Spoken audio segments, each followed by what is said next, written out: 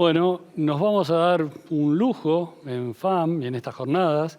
Vamos a hablar con Pedro Saborido, todo el mundo lo conoce. Pedro es guionista, es director, hace décadas que está incorporando una mirada distinta, un abordaje costumbrista a través del humor y a través de reflexiones muy profundas, con un ropaje de humor, así que nos va a ayudar a pensar. Y con Mario Adaro, que es ministro de la Corte, es director del Instituto de Gestión y Tecnología de la Junta Federal de Cortes, y es un ministro de Corte poco usual, es fuertemente disruptivo, creó una diplomatura en innovación judicial y gestión tecnológica que tiene personas de 12 países con clases de 450 personas, en las cuales hay gente que habla de danza, hay gente que habla de tecnología, hay gente que habla de modelos de gestión, más de 600 personas pensando todo el tiempo. Y bueno, estas dos miradas nos van a ayudar a agregarle algo más a esto que venimos charlando en este módulo. Bueno, bienvenidos Mario, Pedro, muchas gracias. Mario, gracias, Pedro. Mario, te quería preguntar, ustedes, la Junta Federal de Cortes, en 2018, vos me comentabas, creó el Instituto de Innovación y de Gestión Tecnológica. Eso significó dejar de pensar que era un problema de los chicos de sistemas y asumirlo como la innovación y la tecnología como una herramienta de política organizacional. Contame algo de eso. Bueno, sin duda, gracias. Primero agradecer a la FAM, a su presidente, doctor Ariel Ariz, a toda la comisión directiva, a todas y a todos los que forman parte de esta organización de la magistratura tan federal. Y sí, claramente dentro de la Junta Federal, que es el organismo que reúne todas las cortes del país, se empezó a plantear y a cranear, si se quiere, un poco la idea de generar este instituto que tenía como antecedente el foro de informático, que como bien decías vos, era solo una cuestión de discusión o de aporte, de intercambio de experiencias de los equipos de desarrollo informático de cada una de las provincias, y claramente había que repensar las organizaciones, y en este camino a repensar las organizaciones en general del Estado y en particular de la justicia, la tecnología dentro del mundo de la sociedad de la información venía a cumplir un rol, y se planteó esta idea de generar un instituto donde los responsables o los responsables, si se quiere, los que tenemos mayor responsabilidad, a mí no me gusta hablar de jerarquía, sino los que tenemos mayor responsabilidad para dirigir o llevar adelante los cambios en los poderes judiciales, juntos con los informáticos repensáramos la agenda. Y claramente se dio en el 2018 previo a pandemia, y otra historia fue ya con la pandemia, con el proceso de la pandemia, acelerando los procesos de transformación y de innovación digital, porque nosotros también considerábamos que la tecnología le venía a aportar a los poderes judiciales dos de las tres grandes exigencias que la sociedad tiene con el Poder Judicial. Una exigencia es la independencia. Por ahora la tecnología, yo creo que sí, lo podemos charlar más adelante, va a ayudar a la independencia, pero claramente ayudaba a dos grandes exigencias y deudas que el Poder Judicial tiene con la comunidad. Uno era la transparencia. La tecnología favorece la transparencia en apertura de datos, en rendición de cuentas. Hay todo un capítulo de rendición de cuentas que nos debemos los poderes judiciales como funcionarios públicos y como poder del Estado para hacer. Y el otro, el gran reclamo, es la eficiencia y los tiempos de la justicia, y sin duda que con procesos innovadores que repiensen y hackeen las instituciones y también los códigos procesales, podemos permitir la mejora en esos tiempos de la justicia a los conflictos que tenemos que resolver cotidianamente. Vamos a volver sobre eso, es muy importante. A nosotros, Pedro, a la cultura judicial, nos llegó, lo veníamos diciendo, nos llegó de un día para otro un proceso que venía más o menos lento. Ahí Mario nos comentaba que hubo un reflejo ahí en la conducción de los poderes judiciales de entender la necesidad de la tecnología sin la imposición de la pandemia, porque la pandemia no fundó todo, hay cosas que ya venían en curso. Y lo que te quiero preguntar, vos hace 30 años que estás haciendo, describiendo la sociedad, contando cosas en distintos ámbitos, en radio, en televisión, en cine. ¿Cómo fue, qué cambios hubo en la tecnología? ¿Qué notás como cambio? Lo que siento que es que la tecnología va cambiando las costumbres y las formas de relación, y también las velocidades y las eficacias. Si uno justo habla de la justicia, una de las primeras cosas que puedes generalmente decir de la justicia es que es lenta, ¿no? Que es burocrática, que tarda. Entonces, obviamente que la tecnología puede ayudar. El tema es que generalmente la tecnología parece aplicada muchas veces en determinados sectores, no sé, el entretenimiento, el desarrollo de productos, pero pocas veces se la ve interviniendo en otros lugares como la educación, y entonces, o la justicia, o el Estado. Entonces aparece como una gran diferencia de velocidades que se da, ¿no? La tecnología va más rápido que las leyes, la tecnología va más rápido que muchas costumbres arraigadas. Y ahí aparece algo en donde se mueven como los clásicos movimientos que se dan cuando algo propende a cambiar. Un sector algo que resiste y algo que quiere innovar, y ahí aparecen otra vez también otro corte que es una franja etaria, ¿no? Lo nuevo versus lo viejo, que a veces lo nuevo opera como simplemente la negación de lo anterior, y no algo que derive de lo anterior o que tome el aprendizaje. Es decir, con estas ideas de la tecnología entrando tan violentamente, muchas veces lo que se da es que parece como una nueva religión en la cual se anula todo lo anterior simplemente por no pertenecer al mundo del novedismo. Entonces me parece que la tecnología tiene que siempre que tener, en el manejo de la tecnología, tener cuidado con el novedismo, con esta religión que propone muchas veces la tecnología, y que corta algo que siempre yo creo que la primera vez que lo leí fue con Perón, perdón si lo traigo acá, es la idea del trasvasamiento generacional, ¿no? Esta idea de cómo lo anterior y lo nuevo se alimentan mutuamente, ¿no? Como desde la experiencia se pasa a la innovación, y no simplemente una especie de corte violento, como si lo nuevo y lo viejo fueran contradicciones. Lo nuevo y lo viejo no son contradicciones, en todo caso tendrían que ser o tienen que ser continuidades, ¿no? Ahí me parece que los dos traen algo que es importante y está vinculado, está relacionado con el vínculo. La tecnología, me parece que hay algo de eso. Ahora sí la pandemia. La pandemia nos generó un tema. Los poderes judiciales veníamos haciendo un esfuerzo grande por acercarnos a la sociedad, por poner a la ciudadanía en el centro del sistema, y la pandemia nos retiró, nos generó una complicación. Pero en las relaciones sociales también pasó algo de este tipo, porque por un lado hubo aislamiento, no nos tocamos, nos vemos menos, y por otro lado, lo que decía la diplomatura de Mario, en la cual nos hemos encontrado los tres, tiene 600 personas conectadas de 12 países. Hay un juego, se lo pregunto a Mario y después a Pedro. ¿Hay algo en los vínculos que cambie profundamente cuando está mediado por la tecnología? ¿Ustedes lo sienten así?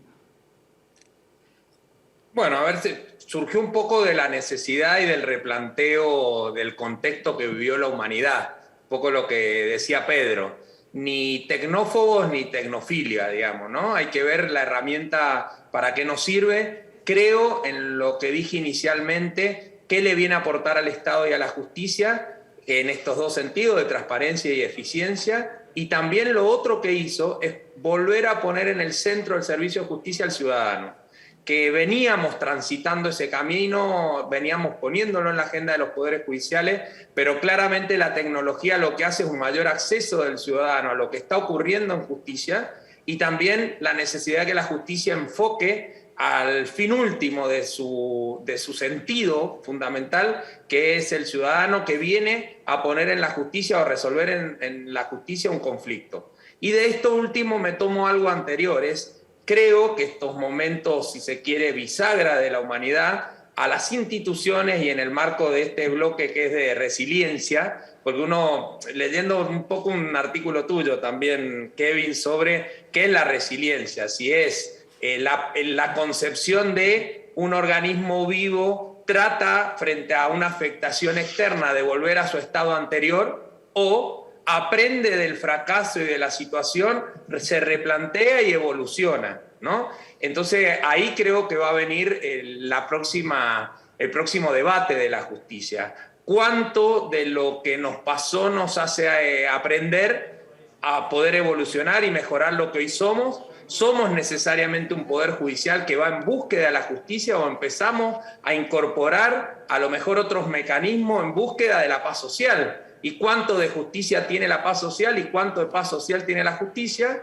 O a lo mejor esto que decía Pedro, la resistencia que ocurre frente a los cambios, y como dice la tercera ley de Newton, que de acción y reacción, toda la fuerza que va para un lado vuelve en sentido contrario con la misma intensidad. Hay mucha de tercera ley de Newton en nuestras organizaciones que, bueno, ya la pandemia pasó, volvamos a lo mismo que antes, y no nos sirvió para la reflexión de lo que nos tiene que suceder como humanidad y como miembros funcionarios públicos de un poder del Estado, y dentro de ello nada más y nada menos que la justicia tiene que construir su propia agenda, su propia definición y su propio camino, si se quiere, en un contexto que vos también, Kevin, muchas veces lo has dicho y muchos lo reafirmamos, que los problemas de la justicia están sobrediagnosticados, todo en contextos como jornada científica o en miles de webinars o de encuentros.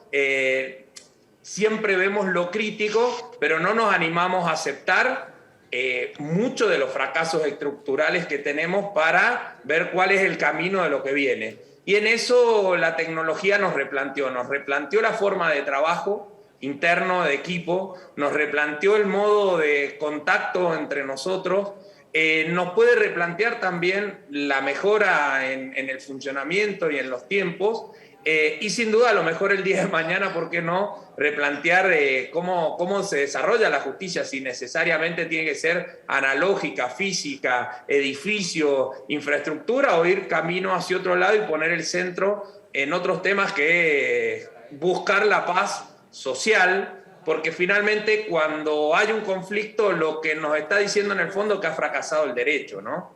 Si no, el derecho desde otro punto de vista. Yo después, si querés, más adelante hablamos. A mí me gusta tomar un trabajo que, aunque suene las alertas, si se quiere, más progre, es un trabajo que en el 2017 planteó el Banco Mundial, y el Banco Mundial planteó, después de 25 años nos dedicamos a estudiar la economía mundial, la pobreza, las políticas sociales, el Estado, la reforma del Estado, y nunca estudiamos el derecho y el rol del derecho.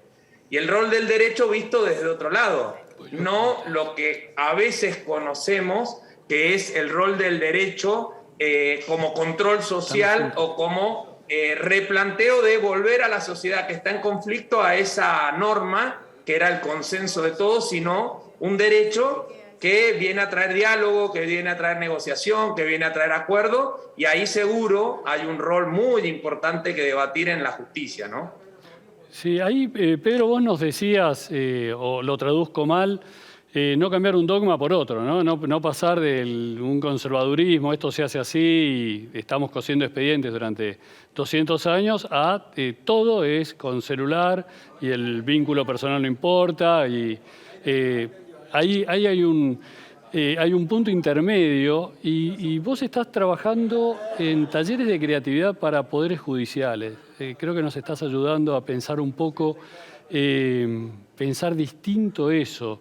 ¿De qué manera pararse frente a una situación? Vos tenés un método. ¿Cómo pararse frente frente a una situación? ¿Cómo se para desde la creatividad eso? Mira, recién cuando estábamos hablando de la tecnología, pensaba, la tecnología es casi como un intento de darnos esos superpoderes que ponemos siempre en los héroes, en los superhéroes, ¿no? Podemos ver lejos, escuchar lejos, podemos prolongarnos. Puedo llegar a Mendoza o puedo llegar a Trenquelauquen desde Almagro, ¿no? Me transporto yo. Entonces somos como superpoderes, es decir, nos prolonga el cuerpo. La tecnología nos prolonga el cuerpo. Entonces, cuando apareció la pandemia, todos nos vimos con la necesidad de prolongarnos, ¿no? Y encontrarnos. Y de pronto, bueno, termina y un poco lo que decís vos decís, che, vamos a volver a todo lo anterior. Y en la historia del entretenimiento, por decirlo de alguna manera, ocurrió esto que decís vos. Cuando nos paramos frente a un fenómeno nuevo tecnológico, siempre parece que va a anular al otro, y en realidad lo que abre es otra instancia. La idea es que siempre nos entretenemos. Entonces, con tecnología o sin tecnología, se pasó del teatro y la pintura a la fotografía y el cine, y ninguna anuló a la anterior. Y después apareció la radio y todos dicen, uy, se terminó, la gente no va a ir más, y tampoco anuló la anterior. Después apareció la televisión y tampoco anuló la anterior. Y hoy estamos adentro de un televisor, directamente nos transmitimos, nos hemos convertido en televisión todos, miramos a cámara tranquilos, somos todos como Mariana Fabianis, experimentadas y experimentados en estar charlando y transmitirnos a nosotros mismos. Y es más fácil tener una cámara de televisión encima y transmitirnos que tener una lapicera por ahí, ¿no? Porque te buscabas una lapicera y lo trajiste, pero la cámara de televisión la tenés todo el tiempo. Es casi, y así como hace años en dictadura yo me palpaba el bolsillo para ver si tenía los documentos, ahora me palpo el bolsillo para ver si tengo el celular, ¿no? Es como, tengo la memoria y es como una... Y se ha convertido de alguna manera, si querés, en una prótesis, ¿no? La tecnología se convierte en una prótesis. Están tus teléfonos, te guía, no tenés que orientarte más, ya ahora tenés el GPS, no tenés por qué andar recordando que en tal gomería o hay una parrilla, tenés que doblar 2 cuadras al costado para ir a la casa de Adaro. No hace falta, ya directamente ponés casa de Adaro y vamos. Entonces, esa prolongación puede derivar en cosas buenas o malas, las cosas no tienen sentido en sí. Esto es lo que estaba hablando Mario. La discusión en cuanto a la tecnología es si nos va a aportar a ese sentido que queremos, que es apostar a vivir y a convivir en sociedad, ¿no? Que es el sentido que siempre tenemos que poner en cuenta. No es la tecnología que nos va a enviar a algún lado, sino que la tecnología va a ser el chevalier por donde vamos a ir hasta el lugar que queremos. Entonces me parece que siempre sería interesante eso, ver que todos estos instrumentos tecnológicos no nos deshumanicen, nos mejoren la calidad de relación entre nosotros, pero no anulen, ¿sí? El primer salto tecnológico, imagino el telégrafo, ¿no? Los correos diciendo, no, ahora no va a haber más, no tendré más al cartero que me trae la misiva de mi pariente, y entonces perdimos la capacidad de escribir porque hablamos por teléfono, y ahora resulta que volvimos a escribir porque chateamos. Entonces me parece que lo que tenemos que tener claro es el horizonte y no el deslumbramiento con lo que aparece. Es decir, viene la tecnología, es inevitable. Vayamos a entender que hay cosas que son inevitables, entonces las tenemos que incorporar, porque son inevitables. Y en esa inevitabilidad mejor no refugiarnos en romanticismos, sino rápidamente darle el mismo sentido de nuestro romanticismo a esa tecnología que llega, ¿no? Y que claro que es difícil, y que claro que nos refugiamos, y que alguien va a aparecer diciendo, recuerdo cuando una audiencia había un taquígrafo que escribía, eso era la justicia, qué sé yo. En cualquiera de los dos lugares se pueden cometer errores. Aquel que hace toda la versión y que escribe, y el folio puede ser y también se puede perder un disco rígido. tengamos en cuenta eso simplemente, que el sentido no lo va a dar la tecnología y la innovación. El sentido es aquello que es lo más difícil de mantener, que es la idea por la cual estamos haciendo algo. En este caso, cuando hablamos de justicia, tiene que ser humana y tiene que tender a la paz social. Para eso está, ¿no? Bueno, la idea de charlar con ustedes, además de darnos ese gusto, tenía mucho que ver con esto, con esto que ustedes están diciendo. Es muy importante, nos agrega mucho, nos permite resolver problemas, pero no resuelve el problema de vínculo con la sociedad. Nosotros tenemos, yo creo, el Poder Judicial el magistrado, el funcionario, el juez, existe en el vínculo con la sociedad. Si un juez no resuelve el problema, no es un juez, tendrá el cargo, pero no es un juez. Si no se ocupa el Poder Judicial, no cumple ese rol que tiene asignado, se vacía, está haciendo jueguitos. Entonces, este tema que ustedes están trayendo con mucha claridad, que es todo lo que estamos haciendo, mejorar la gestión, mejorar la tecnología, reflexionar acerca de los momentos, incorporar creatividad, se resuelve en el tema de retirar violencia del sistema, habilitar a la sociedad para que aquellos conflictos que no puedan resolver pacíficamente en otros lugares los traigan al Poder Judicial, que los resuelve o no resuelve, pero por lo menos no escala la violencia. Es decir, esto que yo creo que Pedro decía recién y que Mario también decía, que es las tecnologías al servicio de algo. Nosotros no tenemos que perder de vista, estamos hablando de propósito, pero podemos enunciarlo de distintas maneras, que es ¿para qué estamos? Nosotros estamos para algo. Y ahí, en lo que no cambia, Mario nos trajo dos imágenes, yo las voy a describir, las van a ver.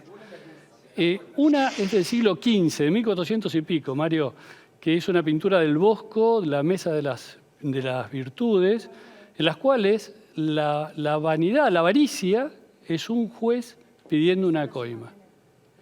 Y otra es una escultura, ahora te pido que las cuentes vos, que la vas a contar mejor que yo, en la cual hay una persona raquítica sosteniendo una escultura danesa, creo que es, sosteniendo sobre sus hombros a una justicia obesa.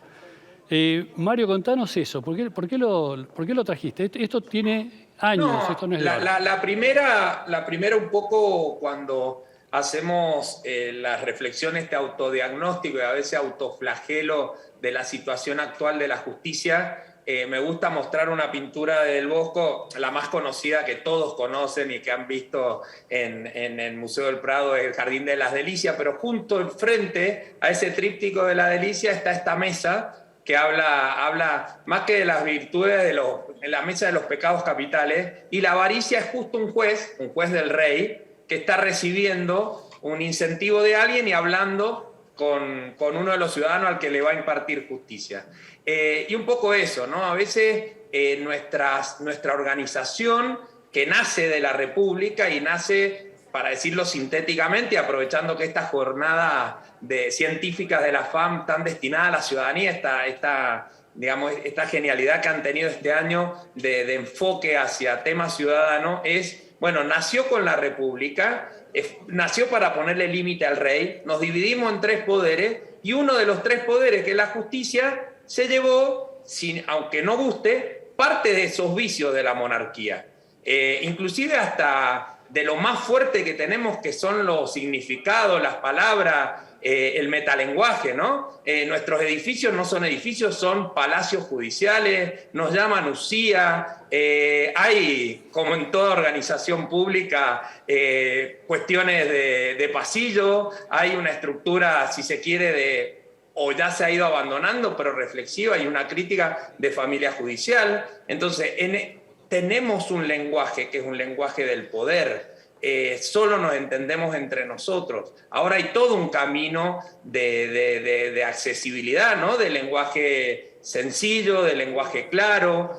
Un poco con vos, Kevin, que admiramos la trayectoria y lo que ha venido haciendo Pedro, y no es casual que hoy pueda estar acá con nosotros, es la profundidad con el que trata la cotidianeidad. De todo su camino, por lo menos lo que a mí me sorprende es cómo de algo cotidiano lo hace tan profundo, y eso marca que hablar accesible, que hablar claro, no significa perder la profundidad, no significa que perdemos ese halo de poder que a veces da el derecho. Entonces, eso por un lado. La otra imagen es la suele usar mucho también Aida Kemelmacher, la usó en nuestra Diplo, yo la conocía también, que es cómo a veces siente la ciudadanía la justicia, ¿no? El peso de la justicia, no por el peso de que me reconvierte y me pone nuevamente en un lugar mucho más tranquilo, sino entro a la justicia y no sé cómo salgo, entro a la justicia y no sé cómo se resuelve, entro a la justicia y es lenta y no me lo resuelve.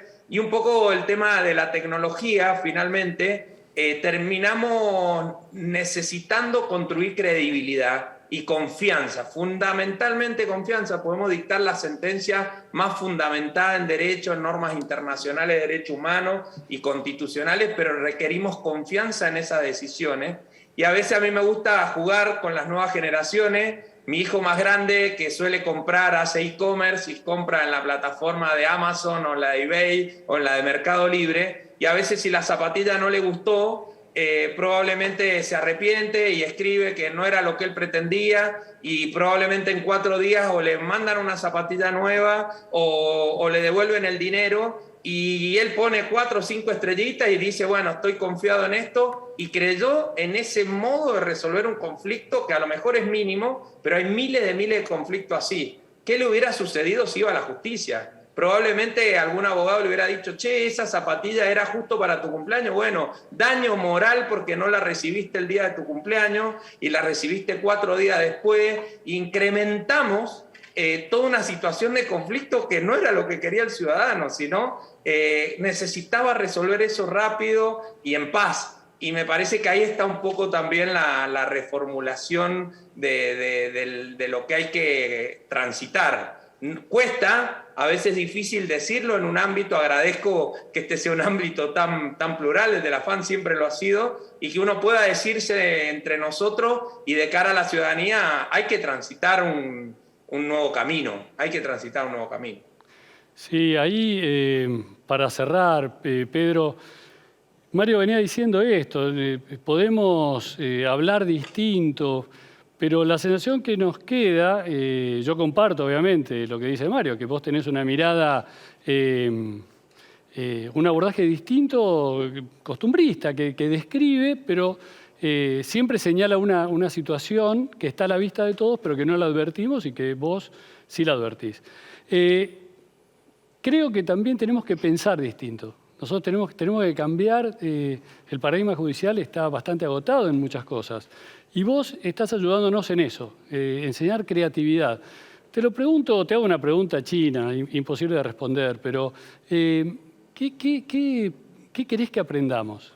Los poderes judiciales, ¿qué querés que aprendamos? Con ese taller de creatividad, ¿con qué te vas satisfecho? Que la creatividad es lo contrario a la resignación. Es una herramienta, porque, digamos, vos frente a cualquier situación te podés resignar, que es confortable, la resignación es confortable, ¿no? Bueno, es así. ¿Cuántas veces escuchamos es así? O que alguien quiere innovar algo en algún lugar y le explican pedagógicamente, le dicen, mirá, acá es así, ¿no? Incluso acá, ¿no? Como, en ese lugar es así. Acá es así, porque siempre funcionó así.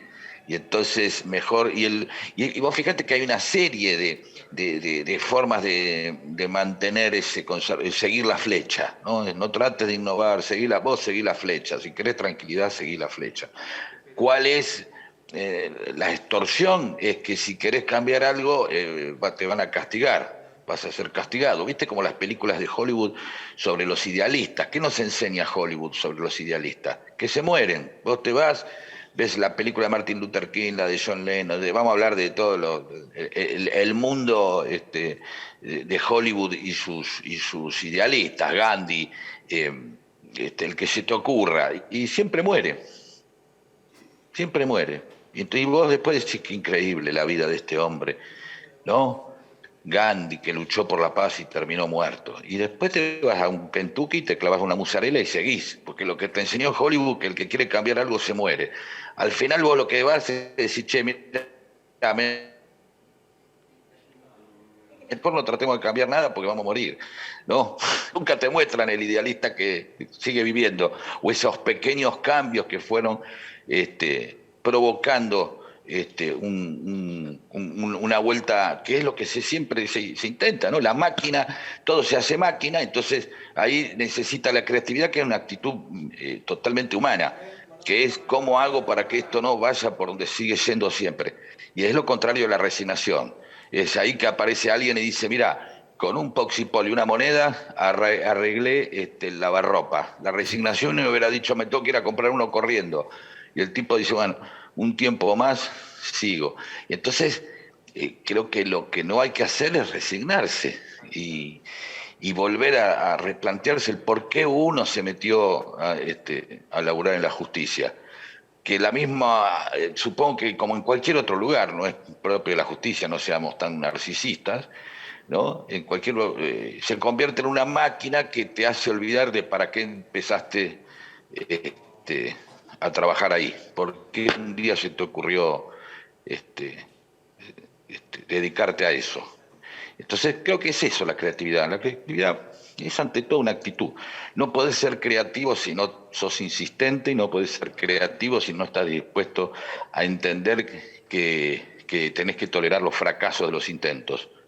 Si no, no hay creatividad, no hay manera, no hay magia. Bueno, pasaron los mensajes de las jornadas, pasaron todos los mensajes de las jornadas